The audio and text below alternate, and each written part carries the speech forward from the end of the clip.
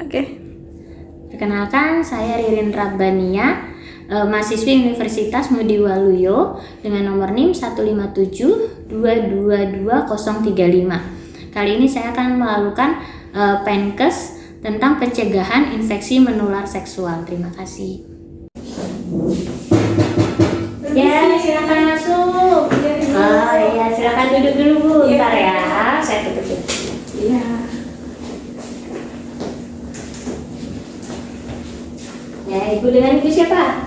Liana, Bu. Oh ya, saya bidan Ririn ya Bu Liana. Bu. Ada yang bisa dibantu ini? Ini Bu, saya tuh ini Bu, beberapa hari ini tuh keputihannya agak banyak, putih kental gitu Bu, jadinya nggak nyaman. Sebelumnya Ibu Liana sudah menikah? Sudah Bu. Iya. Udah berapa lama nikah? Udah lama sih Bu, udah 3 tahun. Jadi berhubungan intinya sudah rutin ya, udah Iya. aktif ya. Iya Bu. Keputihannya di mana? Warnanya apa? Keputihannya itu kayak susu, kayak kental gitu Bu. Kadang kental, kadang cair. Cuma kentalnya kadang-kadang aja sih, tapi maksudnya tuh nggak nyaman aja gitu, risih gitu. Bau, gatal gitu ada nggak? Enggak sih, nggak bau. Nggak berbau nggak? Gatal Nggak. juga nggak ya? Nggak, Bu. Oh iya sudah. Haidnya kapan? Haidnya harusnya sih bentar lagi, mungkin 2-3 hari lagi kayaknya haid ya Bu. Oh gitu, berarti memang mau dekat jadwal haidnya ya? Iya. Biasanya sih kalau keputihan yang kayak gini sih biasanya masih normal, tapi nggak apa-apa, diperiksakan aja gitu ya. Nah terus saya menjelaskan untuk keputihan ini kan biasanya suatu tanda gejala untuk penyakit IMS gitu ya, infeksi menular seksual. Sudah pernah dengar sebelumnya? Pernah sih Bu, itu kayak apa namanya HIV gitu kan Bu? Iya betul, ya itu termasuk salah satu dari penyakit menular seksual. Nah gitu, memang salah satu gejalanya ada kayak keputihan gitu. Nah tapi keputihannya berbeda. Kalau yang kayak ibu ini biasanya sih normal aja, tapi nanti coba kita periksakan aja ya. Nah jadi saya jelaskan dulu untuk infeksi menular seksual biar ibunya tahu pemahaman tentang infeksi menular seksual. Jaga-jaga ya. Jadi infeksi menular seksual itu kan infeksi yang sebagian besar itu menularnya melalui hubungan seksual. Nah hubungan seksual itu kan macam-macam, bisa lewat vagina, lewat dubur atau mulut, oral gitu ya. Nah infeksi menular seksual ini penyebabnya tuh banyak. Ada yang penyebabnya bisa dari bakteri seperti gonore, chlamydia gitu, atau dari jamur, candidiasis misalnya ya. Terus bisa dari parasit. Nah parasit itu trichomoniasis gitu penyebabnya. Atau juga ada yang penyebabnya melalui dari virus. Nah virus itu kayak human papilloma virus (HPV) gitu ya, atau virus herpes simplex (HSV) gitu ya. Nah juga bisa yang tadi ibunya bilang HIV. Nah itu termasuk yang dari penyebabnya dari virus. Nah gitu ya. Nah terus kalau untuk tanda gejala infeksi menular seksual itu bisa kayak muncul benjolan-benjolan, luka atau kayak lepuhan gitu di sekitar kalau laki-laki berarti di sekitar penisnya ya, atau di sekitar vagina yang untuk perempuan, atau bisa juga sekitar anus, dubur gitu atau mulut. Nah kalau yang misalnya hubungan seksualnya melalui dubur atau mulut gitu ya. Nah terus kadang vagina atau penis itu merasa gatal atau kayak perasaan terbakar gitu, panas gitu ya. Nah nyeri waktu buang air kecil juga biasanya tuh ada rasa nyeri, atau pada saat berhubungan seksual juga kadang ada rasa nyeri. Nah kalau tanda-tanda infeksi menular seksual gitu Bu ya, kalau kencing atau misalnya berhubungan seksual kadang nyeri dirasa gitu. Nah kadang yang seperti tadi ada keluar cairan kayak keputihan kalau untuk wanita gitu ya.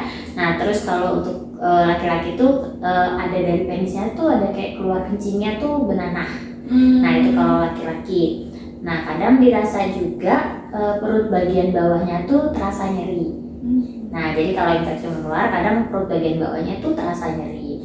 Kadang kalau misalnya namanya infeksi berarti kadang itu bisa sampai demam. Kalau misalnya sampai memang infeksinya parah gitu Bu ya, kadang sampai demam, menggigil gitu.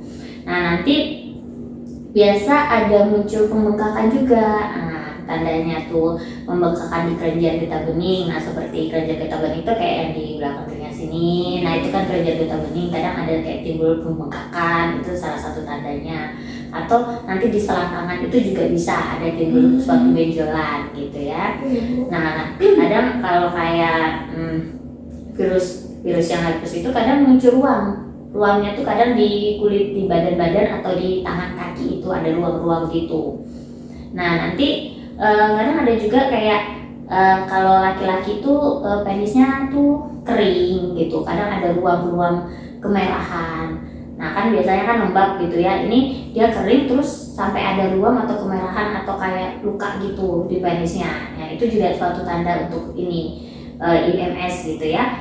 Nah, kalau wanita itu nanti di luar dari masa menstruasi itu kadang ada keluar perdarahan. Tapi bukan pada saat haid, tapi di luar masa menstruasi itu perdarahannya keluar. Nah, untuk vaginanya itu kadang baunya tidak sedap. Nah, memang kan bau vagina itu khas gitu ya. Nanti baunya tuh berbeda dari biasanya, lebih berbau busuk atau ini gitu ya. Nah, terus kalau untuk penularan infeksi menular seksual sendiri, jelas penularannya itu melalui hubungan seksual, atau bisa juga melalui transfusi darah atau berbagi jarum suntik. Misalnya kita transfusi darah itu, misalnya tidak diketahui, misalnya tidak dicek atau ini kan kita nggak tahu penyakitnya gitu kan. Nah itu bisa juga dari transfusi darah gitu ya. Terus bisa juga dari ibu hamil atau ibu bersalin, dari ibu ke janinnya gitu, selama kehamilan atau persalinan itu bisa juga tertular dari situ gitu. Nah untuk kita mencegah agar kita tidak terinfeksi infeksi menular seksual itu bisa dengan menghindari perilaku seksual yang tidak aman. Nah tidak aman itu seperti apa? Seperti gonta-ganti pasangan itu jangan ya. Atau misalnya bisa juga untuk biar lebih aman bisa menggunakan kondom untuk hubungan seksualnya. Nah terus untuk ada juga sekarang ini kita bisa melakukan vaksinasi. Nah vaksinasi seperti vaksin kayak HPV atau hepatitis B itu kita bisa vaksin itu sekarang untuk menghindari biar tidak terjadi penyakit menular seksual. Makanya kan hubungan seksualnya udah aktif gitu ya, jadi kan kita tidak tahu kan. Untuk jaga-jaganya sih lebih bagus kita vaksinasi gitu ya. Nah bisa juga ini kan untuk mencegah jangan menggunakan obat-obatan teralang jelas ya, apalagi obat-obatan teralang menggunakan jarum suntik secara bergantian. Nah kan kita nggak tahu itu kan penyakitnya apa. Nah terus untuk lebih waspada lagi kita lakukan pemeriksaan kesehatan secara rutin. Khususnya di organ reproduksi seperti misalnya kayak IVA, Pap smear gitu. Rutin aja kita melakukan pemeriksaan untuk biar diketahui ada infeksi apa tidaknya gitu ya.